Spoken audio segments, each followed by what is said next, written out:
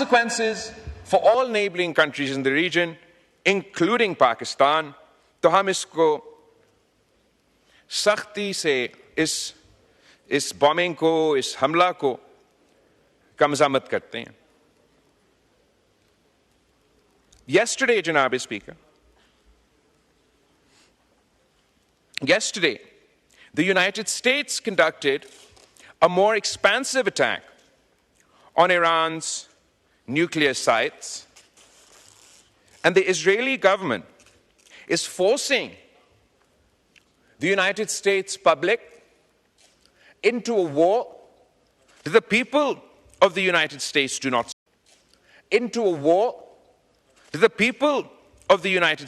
not support, once again based on a lie. The same lie that was peddled before the American public before the Iraq war in 2003, today it is claimed that Iran is the one with weapons of mass destruction.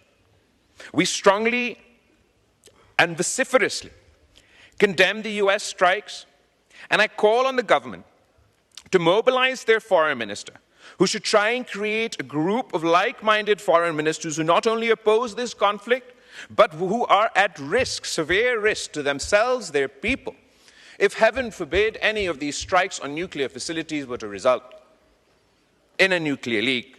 We must emphasize that an attack on nuclear facilities cannot be tolerated under any circumstances.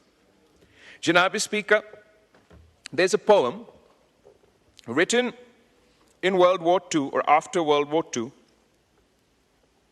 which I'd like to first repeat to you and then rephrase in light of what we are currently experiencing.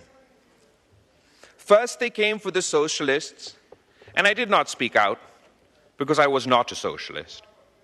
Then they came for the trade unionists, and I did not speak out because I was not a trade unionist.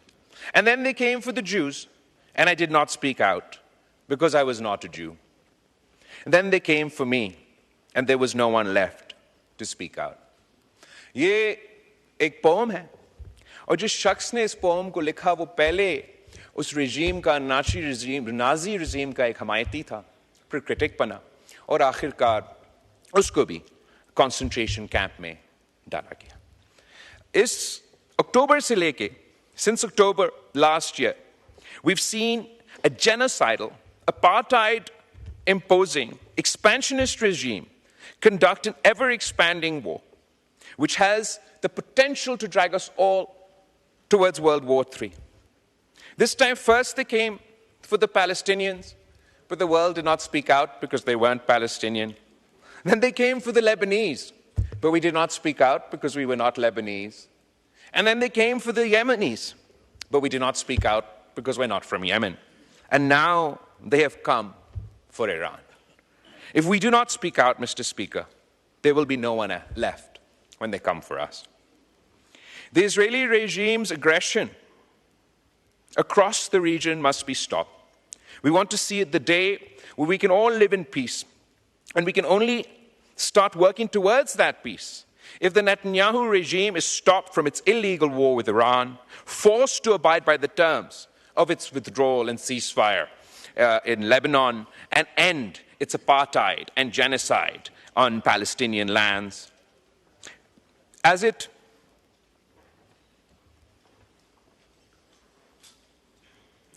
continues to bomb Iran, the world must not forget that this Israeli regime, this Netanyahu regime, is currently carrying out the forced starvation of Palestinians in the Gaza Strip. Janab Speaker, हमारे खित्ते में भी एक Netanyahu का सस्ती copy है, और मैं फख्र से कह सकता हूं कि हमने इस सस्ती कॉपी को जंग के मैदान में हरवा दिया, सफारतकारी के मैदान में हरवा दिया और बयानिया के मैदान में हरवा दिया.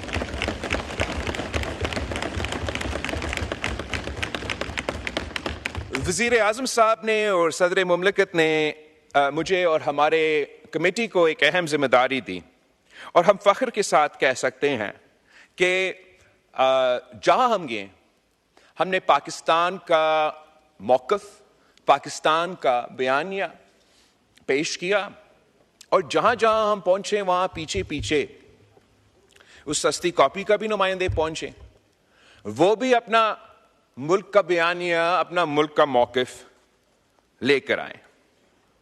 हमारा बयानिया तो अमन का पैगाम था, बट पीस टू स्ट्रेंथ। हम एक जंग जीत चुके थे, उनका एक जहाज गिरा चुके थे, और हमारा मौक़िफ़ ये कि हमने सीज़ फायर तो हासिल कर ली, लेकिन जब तक इस खित्ते में हम मुस्तकिल अमन कायम नहीं करेंगे तो ये ना पाकिस्तान के अवाम के मफाद में है, ना भारत के अवाम के मफाद में है। तीन अहम इश्यूज हैं जिस पे हमने आवाज उठाए। एक तो कश्मीर का मौक़िफ़, जो हमेशा पाकिस्तान के लिए एक अहम मौक़िफ़ रहा है। कश्मीर के अवाम की जो उम्मीदें हैं, जो उनका हक है, जहां तक यूनाइटेड नेशंस की रेजोल्यूशंस के मुताबिक, उस पे ना सिर्फ हमने बात की, मगर अगर आप पिछले हुकूमत का 2019 में जब कश्मीर का हमला हुआ और उनका वजीर आज़म यहाँ खड़ा था, मैं उधर बैठा था, और हम सब ने देखा कि उसकी रिएक्शन में हमारा वजीर आज़म साहब ने उस वक्त कहा कि मैं क्या करूं, आप क्या चाहते हो कि मैं भारत के साथ जंग छेड़ दूं? अगर मेरा अल्फाज आपको गलत लगे, आप वो रिकॉर्डिंग देख लें। रिकॉर्डिंग हम सब ने ये देखा कि वजीर आज़म साहब ने उठ के कहा कि मैं क्या करूं, आप क्या चाहते हो, मैं जंग छेड़ दूं। लेकिन मैं फख्र के साथ कह सकता हूं कि इस दफा जब कश्मीर पे हमला हुआ, जब पाकिस्तान पे हमला हुआ, भारत के तरफ से हमला हुआ, तो पाकिस्तान डरा नहीं, झुका नहीं, हमने जंग की,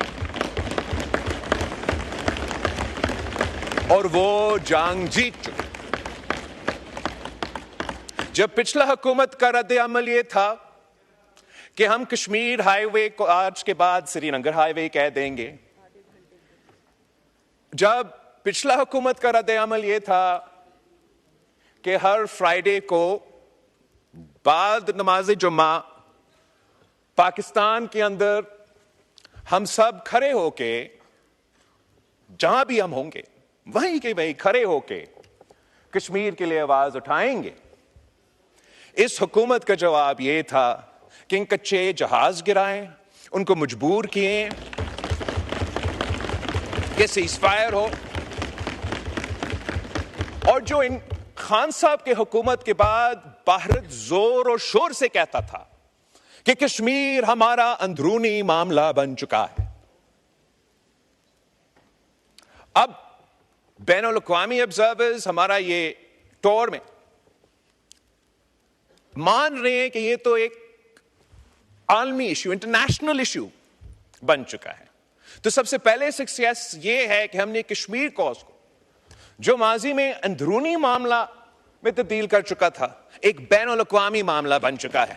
ये कश्मीरियों का सबसे बड़ा कामयाबी है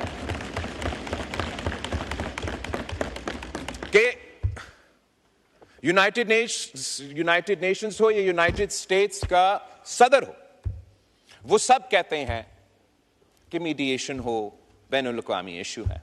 भारत भी बैनुल अक़वामी इंटरनेशनल तक तो वो खुद नहीं पहुंचे अभी तक। वो ये जो उनका पुराना अल्फाज थे ना, अंदरूनी मसला, वो तो उससे पीछे हट चुके हैं। बैनुल अक़वामी जहां बाकी दुनिया पहुंच चुके हैं, वो यहां तक तो नहीं पहुंचे। मगर भारत का अपना असेसमेंट यह है कि कश्मीर का मसला एक बायलैटरल इश्यू है, जिसपे हम पाकिस्तान और भारत के दरमियान तय हो सकता है।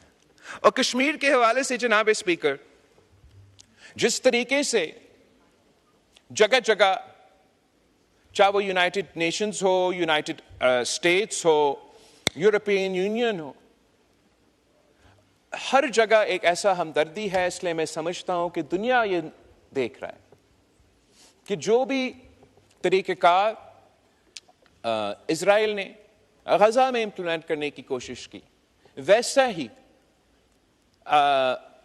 मोदी ने कश्मीर में करने की कोशिश की, और इसकी वजह से एक हमदर्दी पैदा हो रहा है। और मैं उम्मीद करता हूं कि हम ये जद्दोजहद जारी रखेंगे और इंशाअल्लाह ताला हम कश्मीर के अवाम को इंसाफ दिलवाएंगे। जो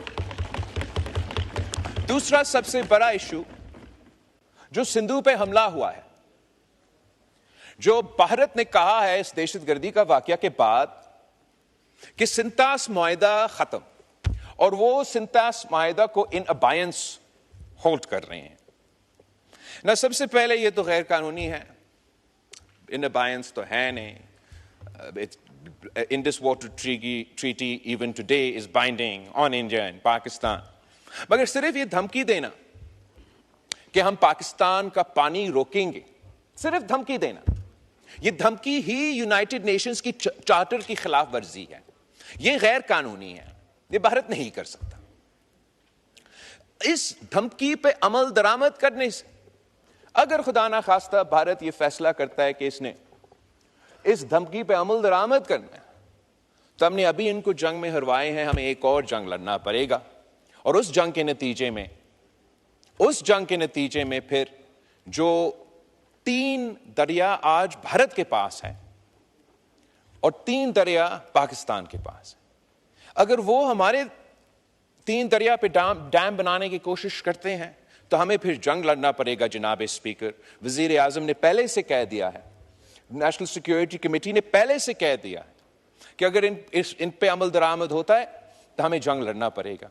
तो हम इंशाअल्लाह ताला एक तो जंग नहीं लड़ना पड़ेंगे, लेकिन अगर वो मजबूर होते हैं और उनको जंग का अगर हमें जंग लड़ना पड़ेगा तो फिर हम डिसरप्ट ना करें। हम जानते हैं कि हमारा एयरफोर्स, हमारे अफवाज जैसे अभी इनको इबरतनाक शिकस्त दिलवाए, अगले आने वाले जंग में भी उस पोजीशन में है कि हम इनको इबरतनाक शिकस्त दिलवाएं। तो भारत के सामने 2 ऑप्शंस है जनाब स्पीकर, 2 ऑप्शन। या भारत, देखिए ये पहले भारत से फंडिंग लेते थे और इसलिए आज भी चीख रहे हैं। मैं भारत के आफरीदी साहब, जब आपके मेंबरान बोल रहे थे कोई डिस्टर्ब नहीं कर रहा था। ये don't force me to take action, please don't do that. नहीं जी, बात कीजिए, कोई जरूरत नहीं बात सुनने की। नहीं, आई डोंट नीड टू। जी बिलावल साहब, जहां तक भारत के लिए और मुल्क के अंदर जो भारत के सहूलतकार है उनके लिए 2 ही ऑप्शंस हैं, 2 ही ऑप्शंस। इन्होंने फाटा पे बात नहीं, मैं नहीं बात करने दूं। इनको फाटा पे बात करनी थी, मैंने करने दी। 1 दफा 2 दफा इन्होंने कहा एप्लीकेशन लिख के देनी, फाइनेंस मिनिस्टर साहब से मीटिंग इनकी अरेंज करा दी। अब ये प्रोसीडिंग्स अगर डिसरप्ट कर रहे हैं तो this is very unfortunate and very unethical. जी बिलावल साहब।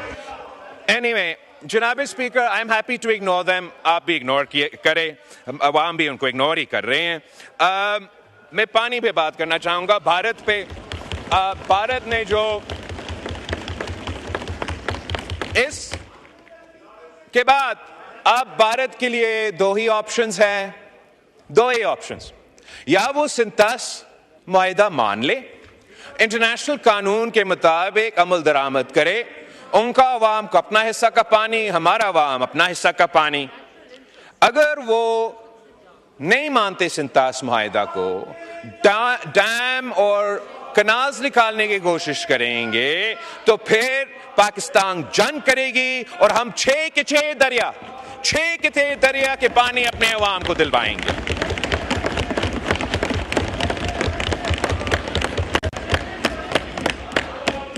तीसरा इश्यू जनाब स्पीकर, वो दहशतगर्दी का इश्यू है। और भारत ने यह कोशिश किया कि दहशतगर्दी का इल्जाम पाकिस्तान पे लगाए और उनका हमला को जस्टिफाई करें। इस मैदान में भी जनाब स्पीकर, मैं फख्र के साथ कह सकता हूं कि भारत हार चुका, पाकिस्तान जीत चुका। भारत का कोशिश ये था कि पाकिस्तान को बाकायदा एक टेररिस्ट स्टेट डिक्लेयर किया जाए। पाकिस्तान का नाम पाकिस्तान नहीं टेररिस्तान से पुकारा जाए।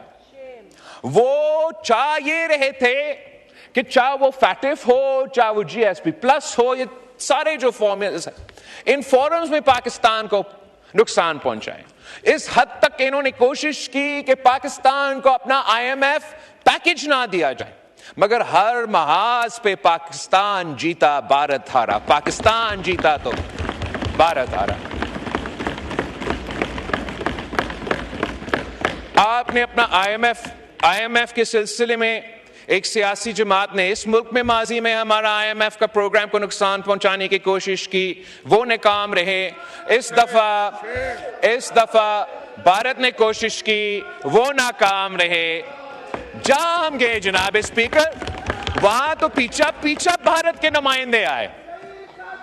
तो जब हम यूनाइटेड नेशंस में थे और हमने यूनाइटेड नेशंस के फोरम पे पाकिस्तान की आवाज उठाया और हमारा दहशतगर्दी के हवाले से मौक़िफ़ भी प्रेजेंट किया, भारत का भी पूरा कोशिश था कि उनका मौक़िफ़ प्रेजेंट किया जाए और पाकिस्तान को UN में वो साबित करे कि हम दहशतगर्द ममालिक हैं। मगर मैं सलाम पेश करना चाह रहा हूं पाकिस्तान का फॉरेन ऑफिस को, पाकिस्तान के सफीरों को, कि हमारा वहां निकलने के बाद जैसे ही पाकिस्तान और भारत का डेलीगेशंस न्यूयॉर्क से रवाना हो गए, तो पीछे क्या हुआ? यूनाइटेड नेशंस ने यह फैसला कर लिया कि जो भी कमिटीज यूनाइटेड नेशंस में हैं, जो दहशतगर्दी को देखते हैं, जो तालिबान को देखते हैं, वहां उन्होंने पाकिस्तान को मुंतखब किया कि आप पाकिस्तान इन कमिटीज का सरबराही करे और ये दहशतगर्दी का। तो यहां भी अक़वाम मुत्तहिदा में जनाब स्पीकर पाकिस्तान जीत चुका है, भारत हार चुका है। उसके बाद जनाब स्पीकर हम अमेरिका के दारुल हुकूमत वाशिंगटन DC पहुंचे। वहां इजराइल लॉबी के बाद अगर कोई बड़ा लॉबी है तो वो इंडियन लॉबी है, और वो इंडियन लॉबी, इजराइल लॉबी और भारत की कमेटी ने मिलकर पूरी कोशिश की कि पाकिस्तान को बदनाम करे, पाकिस्तान को नुकसान पहुंचाए और भारत की बयानिया को कहीं न कहीं से, स्टेट डिपार्टमेंट से, व्हाइट हाउस से, कांग्रेस में, किंग थिंक टैंक से, कहीं न कहीं से भारत का मौक़िफ़ को कोई न कोई सपोर्ट करे। मगर मैं फख्र के साथ कह सकता हूं जनाब स्पीकर कि हर महाज पे एक बार फिर भारत हारा, पाकिस्तान जीता। भारत कह रहा था कि हम दहशतगर्द हैं, हम दहशतगर्दी फैलाते हैं, और दुनिया उनके साथ थे पाकिस्तान को इससे रोकने के लिए। जैसे जब हम उधर थे और फिर जैसे हम निकले, जो अमेरिका का अफवाज का अहम रहनुमा है, वो अपना कांग्रेस का कमेटी से खिताब कर रहा था, और उस कमेटी का खिताब में उनका फौज ने ये कहा, अमेरिका के फौज ने ये कहा कि Pakistan has been a phenomenal partner in combating terrorism. तो ये भारत का बयानिया उनका हाउस में, उनका अफवाज की तरफ से, उनकी हुकूमत की तरफ से रद्द किया गया। वहां का जो स्टेट डिपार्टमेंट है, हमारा भी मुलाकातें हुए, उनके भी मुलाकातें हुए। उसके बाद मीडिया के इंटरेक्शन में उनका स्टेट डिपार्टमेंट के नुमाइंदे से सवाल पूछा गया कि क्या आप कश्मीर के कॉज में और भारत और पाकिस्तान का मसला में प्रेसिडेंट ट्रंप मीडिएट करने के लिए तैयार है? तो वहां भी उनका स्टेट डिपार्टमेंट का नुमाइंदा ने कहा कि जी हां, प्रेसिडेंट ट्रंप इस मसला का हल निकालने के लिए तैयार है। यह भी भारत की हार है, पाकिस्तान की जीत है। जनाब स्पीकर, इससे भरकर उसी आदमी, उसी शख्स पे जिस पे भारत में सबसे ज्यादा तंकीद हो रहा था, जिनके बारे में पता नहीं हमें क्या क्या सुनने पे मजबूर किया गया, झूठे बेबुनियाद इल्जामात, प्रोपेगेंडा, हमारा field marshal, army chief of staff general Asif Munir साहब, उनका ना सिर्फ दावत था अमेरिका में जनाब स्पीकर, मगर उनको प्रेसिडेंट ट्रंप ने खुद व्हाइट हाउस में लंच खिलाया। अब मैं आपसे पूछना चाह रहा हूं, क्या ये किसी शिकस्त शुदा फौज को इस किस्म का दावत दिया जाता है? नहीं जनाब स्पीकर, ये मुबारकबाद देने का दावत था उस शख्स को जो उस फौज का क़यादत कर रहा था, जिसने पूरी दुनिया की एक्सपेक्टेशंस के बरक्स, भारत जो से 7 गुना ज्यादा बड़ा ताकत है, भारत के हथियार और माल और वसाइल अमेरिका की तरफ से आते हैं, वो भारत को आगे जाके पता नहीं क्या क्या उम्मीदें रख बैठे थे। उस कामयाबी का सिलसिले में वो लंच, ना सिर्फ वो लंच हुआ, प्रेसिडेंट ट्रंप के जो भी बयानात है उस लंच के बाद आप उस पर देख लें, वो आज भी नजर आ रहा है कि भारत का बयानिया, भारत हार चुके हैं, पाकिस्तान जीत चुका है, पाकिस्तान का बयानिया सामने है। आखिर जो दहशतगर्दी का इशू है जनाब स्पीकर, हम चाहते हैं कि जैसे हम इस मुल्क में दहशतगर्दी का मुकाबला कर रहे हैं, कि इस पूरे खित्ते से हम दहशतगर्दी का अगर हमने मुकाबला करना है तो वो नामुमकिन होगा अगर भारत और पाकिस्तान बात भी नहीं करेंगे आपस में। अगर दहशतगर्दी के सिलसिले में हमारा कोऑर्डिनेशन नहीं होगा तो पाकिस्तान में और भारत में ये दहशतगर्दी का मसला बढ़ता रहेगा।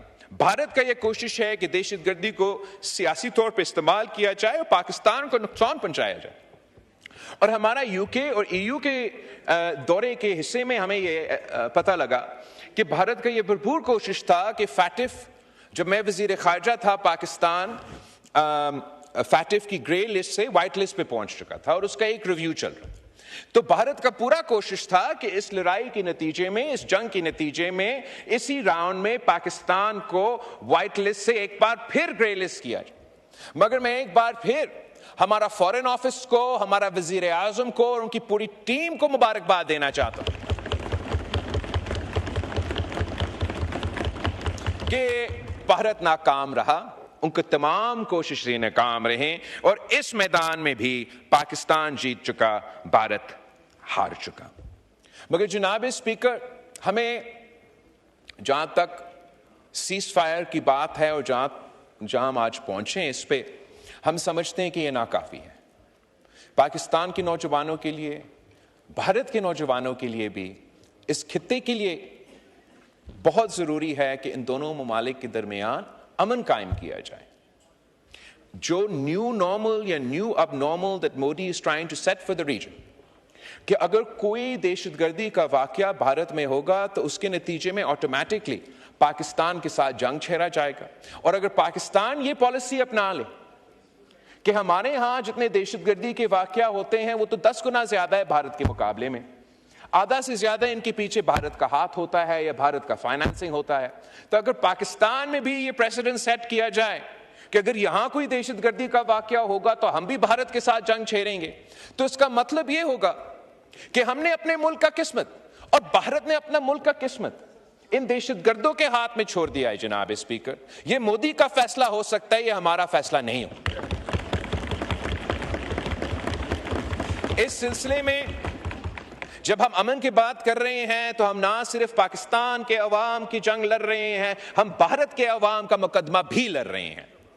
मोदी का फायदा में जंग है, मोदी के फायदा में दहशतगर्दी है, मोदी के फायदा में ये सिंतास मुआहिदा और ये सारे फैसले हो सकते हैं, मगर पाकिस्तान के अवाम का फायदा और भारत के अवाम का फायदा सिर्फ और सिर्फ अमन के सिलसिले में हो सकता है। जनाब इसमें हम नस्ल दर नस्ल कश्मीर पे लड़ते आ रहे हैं, दहशतगर्दी पे लड़ रहे हैं। अब वो चाह रहे हैं कि आने वाले नस्लों, नस्ल दर नस्ल पानी की जंग आपस में लड़े। ये हमारे लिए, मैं पाकिस्तान हुकूमत को प्रेज करना चाहूंगा कि आपका पॉलिसी ने हमारे हाथ को मजबूत किया है। जब हम दुनिया भर में जाके अमन की बात करते हैं तो कौन इनकार कर सकते हैं।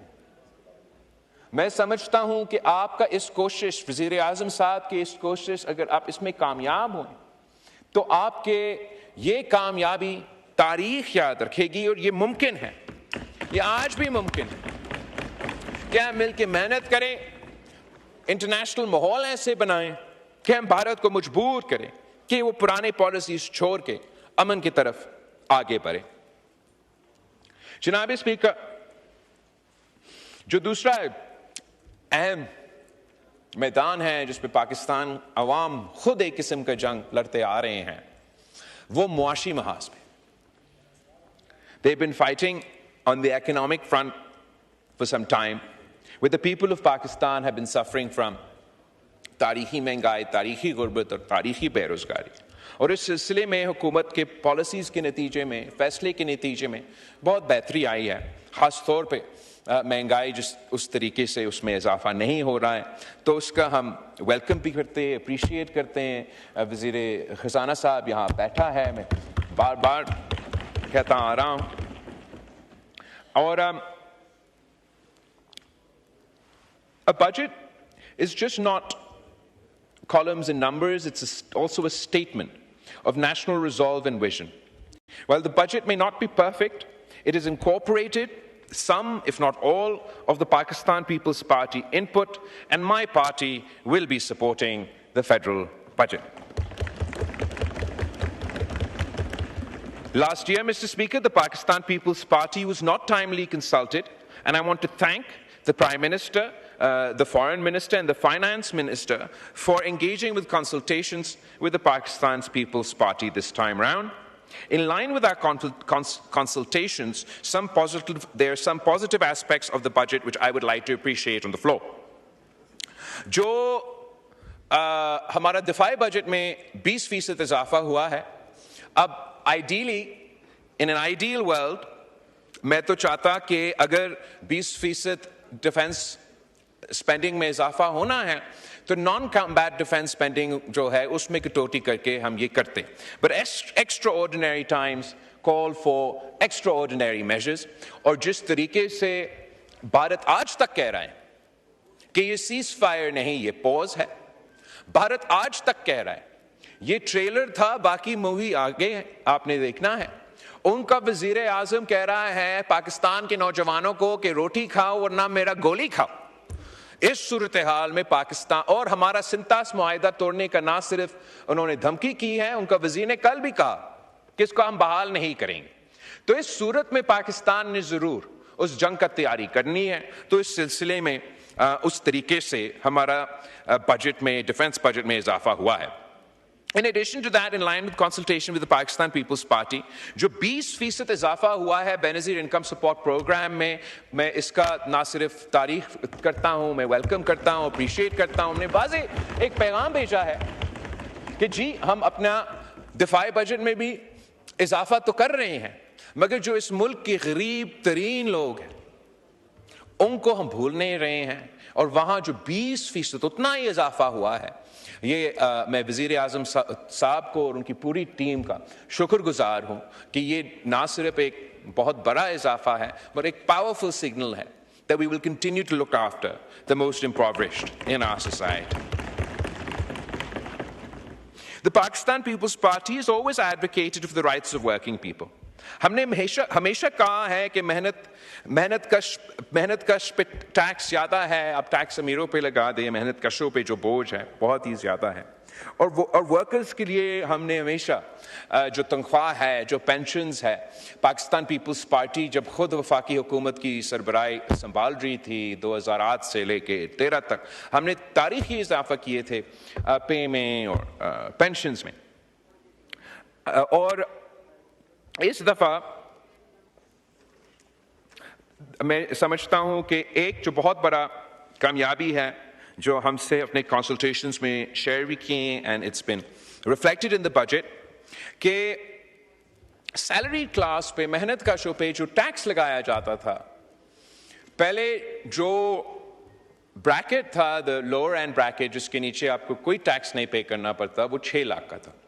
और इस बजट ने, हुकूमत ने अब 10 लाख बना दिया. मतलब अगर आप 10 लाख तक आपका कमाई है सैलरी क्लासेस का, उन पे 0 टैक्स होगा. जनाब स्पीकर, ये एक तारीखी रिलीफ है for the salaried class in Pakistan. And मैं फाइनेंस मिनिस्टर को, वजीर आजम का शुक्रगुजार हूं कि इतना बड़ा फैसला लिया गया है.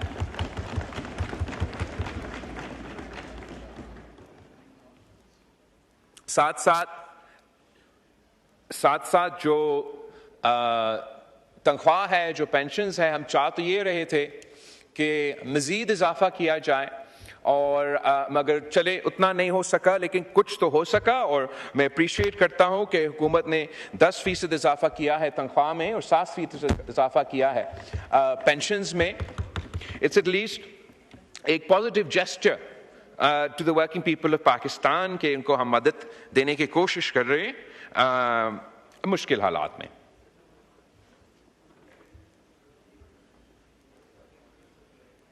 जनाब स्पीकर, कुछ ऐसे ख्वाहिशात थे पाकिस्तान पीपल्स पार्टी के जो हम चाह रहे थे मगर हम इस बजट में वो नहीं हासिल कर सके। मैं उन पर ज़रूर बात करना चाहूँगा।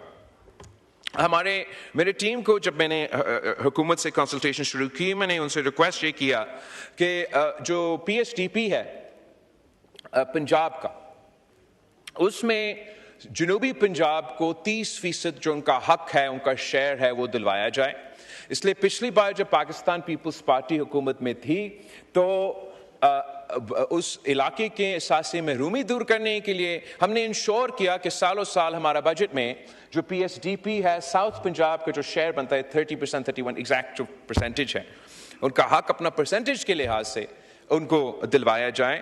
जबकि इस बजट में जिस स्टेज पे हम नेगोशिएट कर रहे थे वो नामुमकिन बना, मगर वजीर आज यहाँ बैठा नहीं है, मगर उनका भी मैं शुक्रगुजार हूँ कि उन्होंने हमें ये वादा किया कि अगले बजट के लिए वो हमारे साथ पहले से बैठेंगे और इंश्योर करेंगे कि हम इस डिस्क्रेपेंसी को मजीद बेहतर करें और जनूबी पंजाब के जो परसेंटेज है उनको दिया जाए। एक दूसरा जो हमारा ख्वाहिश था, आज भी ख्वाहिश है, इस बजट में उस तरीके से हम इसको कवर नहीं कर सके, आने वाले बजट में हम देख लेते हैं कि कैसे हो सकता है, कि हम चाह ये रहे थे कि इसलिए कि पख्तूनख्वा और बलोचिस्तान दहशतगर्दी के फ्रंट लाइन स्टेट्स हैं और दुनिया की तारीख में आप उठा के देख लें, there is never been a successful counter insurgency battle जिसमें आपने हार्ट्स एंड माइंड्स का सिलसिला, you didn't win the hearts and minds of the people. ये एक बेसिक फॉर्मूला है। अगर आप वियतनाम का जंग भी देख ले तो वो कहते हैं कि वहां भी तमाम कुव्वतें इसलिए हार चुके कि वो हार्ट्स एंड माइंड्स नहीं जीत चुके। और यही रिफ्रेम पूरा सीटी की जो पॉलिसी बना है दुनिया भर में 2001 के बाद, इसके पीछे ये एक बहुत बड़ा सेगमेंट है जो unfortunately is constantly lacking in our formulation. और आज भी हमारा ये ख्वाहिश था कि बलोचिस्तान और पख्तूनख्वा को, उनकी सूबाई हुकूमतों को वफाकी हुकूमत फेडरल फंडिंग की सूरत में सपोर्ट करे ताकि हम स्पेशली पख्तूनख्वा के अवाम और बलूचिस्तान के अवाम जो सबसे ज़्यादा मुतासर है दहशतगर्दी के नतीजे में, उनको ख़ास मदद कर सकें। वो हम जिस तरीके से करना चाह रहे थे इस दफ़ा नहीं हो सका। मैं अपील करता हूँ वज़ीर आज़म से आज भी कि चले बजट तो पास होगा, बट आप हम सब मिल के बैठे एक ऐसा स्ट्रैटेजी बनाएं जिसके नतीजे में हम पूरा तैयारी करें कि इन दहशतगर्दों को हम जंग की बुनियादों पे भी और sort of kinetic लिहाज से भी उनको हरवा सके। मगर we have to have a hearts and minds strategy that wins over the hearts and minds of the people who we've deprived, feel dispossessed and are taken advantage of, and provide the cannon fodder to very terrorists to attack Pakistan day in day out. खास तौर पे इसलिए अब भारत खर्च कर रहा है। जब भारत खर्च कर रहा है दहशतगर्दों पे बलोचिस्तान में और पख्तूनख्वा में, तो हमें भी सोचना चाहिए कि कैसे हम बेहतर अपना रिसोर्सेज को इस्तेमाल कर सकते हैं और वहां के अवाम को दिल हाथ से माइन जीत सकते हैं।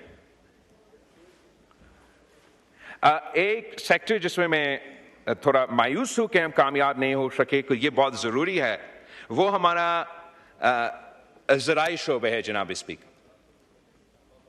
ज़राअत हमारे मीशत का बैकबोन है और अफसोस के साथ कहना पड़ रहा है कि हमारा हुकूमत की पॉलिसीज ही हमारा बैकबोन को तोड़ रहा है, मीशत का बैकबोन को तोड़ रहा है। हमारा इकोनॉमिक प्रॉस्पेरिटी के लिए, हमारा फूड सिक्योरिटी के लिए हमें ज़राअत में इन्वेस्ट करना पड़ेगा। एग्रीकल्चर सेक्टर में गैर मामूली इन्वेस्टमेंट की ज़रूरत है। मगर जनाब स्पीकर, वफाकी हुकूमत ने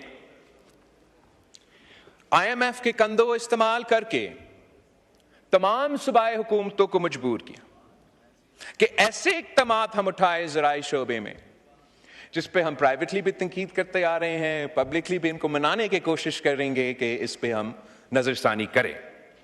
They forced us कि आप एक तो जो एग्रीकल्चर टैक्स है कलेक्शन पे फोकस करने की बजाय इतना ज्यादा इजाफा इतना जल्दी किया गया है कि इसका तो नुकसान ही नुकसान होना दोनों तरफ, कलेक्शन में भी और इनको डिस्करेज करने में भी।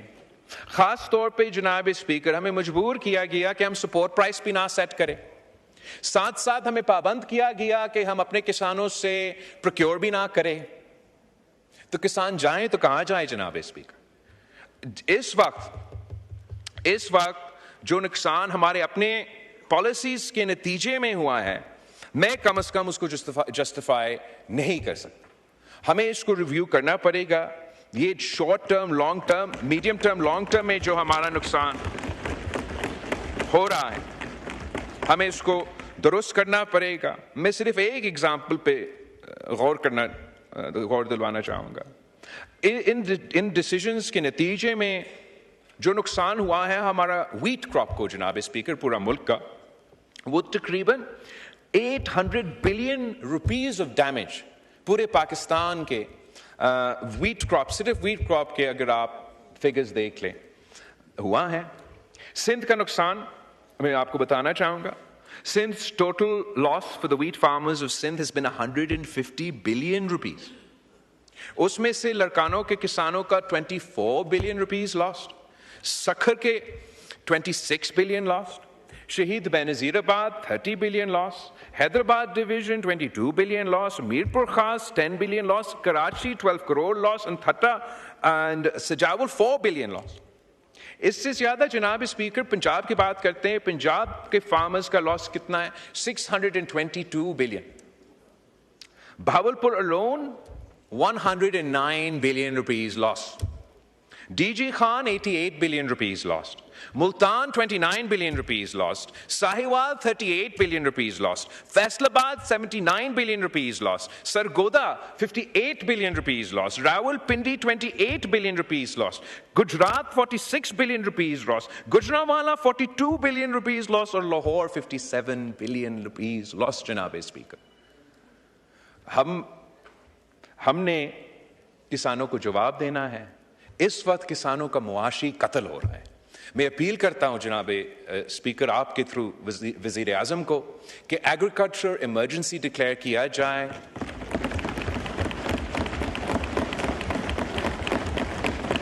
इस एग्रीकल्चर इमरजेंसी के थ्रू जो सूबाई हुकूमतें अपने कोशिशें कर रहे हैं, उन कोशिशों को आप मजीद सपोर्ट कर सकते हैं फेडरल फंडिंग के साथ। हम मिल के इन किसानों को वो रिलीफ पहुंचाएं जो उनकी ज़रूरत है, ताकि हम अपनी मीशत को बचा सके, अपनी बैकबोन को, मीशत की बैकबोन को बचा सके। और ये जो नुकसान है हम इनको फ़ायदा में तब्दील कर सकते हैं। जब पीपल्स पार्टी की हमने इन्हीं टूल्स जो आपने बैन किया, इन्हीं टूल्स को इस्तेमाल करके जब सदर ज़रदारी पहली दफ़ा सदर बना था, तो हमने जो सपोर्ट प्राइसेस है जो अब उन पे पाबंदी है, उनमें इजाफा करके हमने पाकिस्तान को एक फूड इनसिक्योर नेशन, एक नेशन जिसने व्हीट को इंपोर्ट करता था, राइस को इंपोर्ट करता था, शुगर को इंपोर्ट करता था, एक साल के अंदर ही अंदर हमने व्हीट भी एक्सपोर्ट करना शुरू कर दिया, राइस भी एक्सपोर्ट करना शुरू कर दिया और शुगर भी एक्सपोर्ट करना शुरू किया। और ये कैसे किया कि जब आपके किसान खुद प्रोड्यूस नहीं कर सकते या उनका नुकसान होता है, तो फिर हुकूमत मजबूर हो जाता है, उनको फिर डॉलर्स में बाहर से खरीदना पड़ता है। तो पाकिस्तान के टैक्स का पैसा इस्तेमाल करके फिर हम यूक्रेनियन फार्मर्स को फायदा पहुंचते हैं, उनका हम क्रॉप खरीद सकते हैं। सदर ज़रदारी ने वो पहले साल में ये फैसला किया कि वही पैसा जिससे हम डॉलर्स में बाहर से खरीदते थे, हम उसको रुपीस में अपने किसानों की जेब में डाल के उन्हीं से खरीद के अपना मीशत को फायदा पहुंचाएंगे। और मेरा रिक्वेस्ट ये है कि आप इस इमरजेंसी को समझें और इन आपका फैसलों पे भी नजरसानी करें और मजीद सोचें हम कैसे अपने एग्रीकल्चर सेक्टर में इन्वेस्ट कर सकते हैं।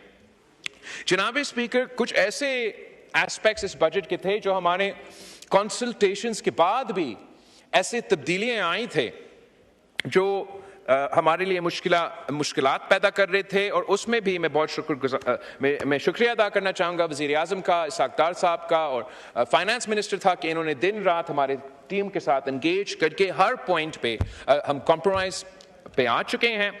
एक तो जो हुकूमत का पहला प्रपोजल था digital tax on goods and services,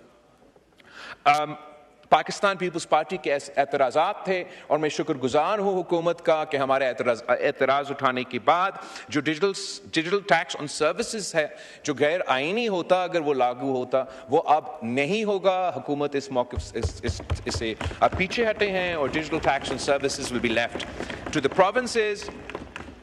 हुकूमत ने फैसला किया तकरीबन 20% उन्होंने टैक्स लगाना था सोलर पे।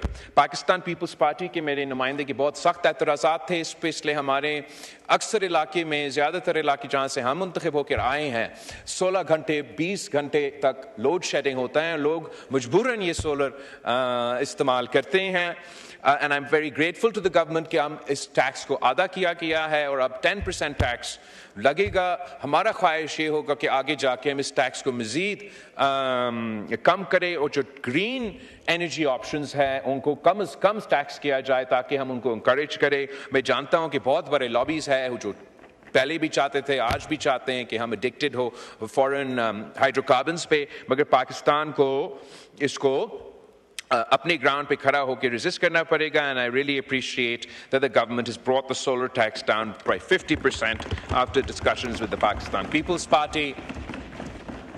एक और आई थिंक खास मोहब्बत है हमारे, आज मौजूद नहीं है वरना मैं ज़रूर उनके सामने शिकायत करता, लेकिन पाकिस्तान पीपल्स पार्टी और हुकूमत के बातचीत के बाद अचानक प्लानिंग डिपार्टमेंट ने सिंध का जो हायर एजुकेशन बजट है उसको आधा कर दी जनाब स्पीकर, मतलब 50% कट। उस सूरत में आप हमें बहुत मुश्किल में डाल दिए गए, मगर हम बहुत शुक्रगुजार है ना सिर्फ वज़ीर आज़म का, डार साहब का, फाइनेंस मिनिस्टर का, कि इन्होंने नेगोशिएट करके बातचीत करके वो पूरा वापस कर दिया है, एंड अब उतना ही रखा गया है जितना वादा किया गया था।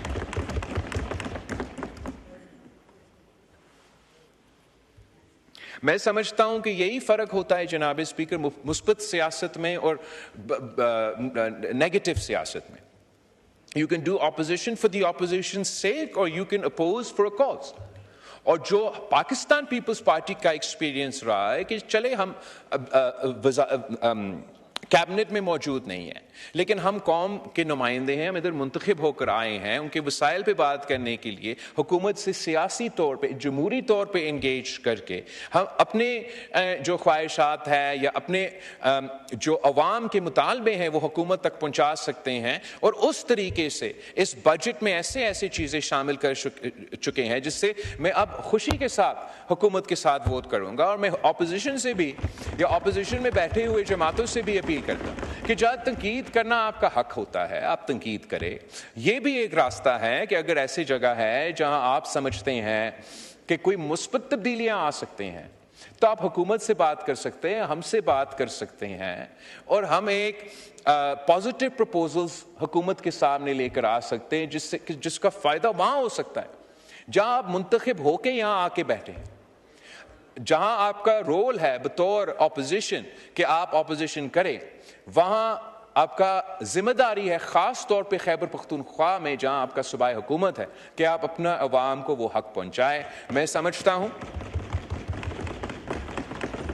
कि इंशाअल्लाह ताला वो अपना स्ट्रैटेजी अगर तब्दील करेंगे तो ना सिर्फ पीटीआई का फायदा होगा, पूरा मुल्क का फायदा हो सकता है। हर चीज पे जनाब स्पीकर उनका एक ही मुतालबा होता है, एक ही इशू होता है।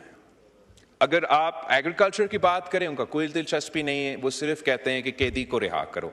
आप अगर दहशतगर्दी के लिए हाथ्स एंड माइंस पे चाहते हो कि दहशतगर्दी के मुकाबला करने के लिए अवाम को कोई फ़ायदा मिले, वो कहते हैं नहीं, कैदी को रिहा करो। हम कहते हैं कि दहशतगर्दों का मुकाबला करना है, बलूचिस्तान में 9 बम धमाके हुए हैं, कैदी को रिहा करो। हम कहते हैं कि भारत ने जंग छेड़ा है, जंग का माहौल है, हमने जंग लड़ा है, नहीं, कैदी को रिहा करो। पाकिस्तान के अवाम जरूर एक हिस्सा जो अपने आप को आपके वोटर्स, आपके वर्कर्स समझते हैं, उनका ये मुतालबा होगा लेकिन बाकियों का ये मुतालबा नहीं है, इनका तो ये दूसरा मुतालबा है कि उनको वहीं के वहीं रखें। तो इस मुतालबा के साथ साथ मेरा अपील है कि अवाम के इश्यूज को भी उठाए।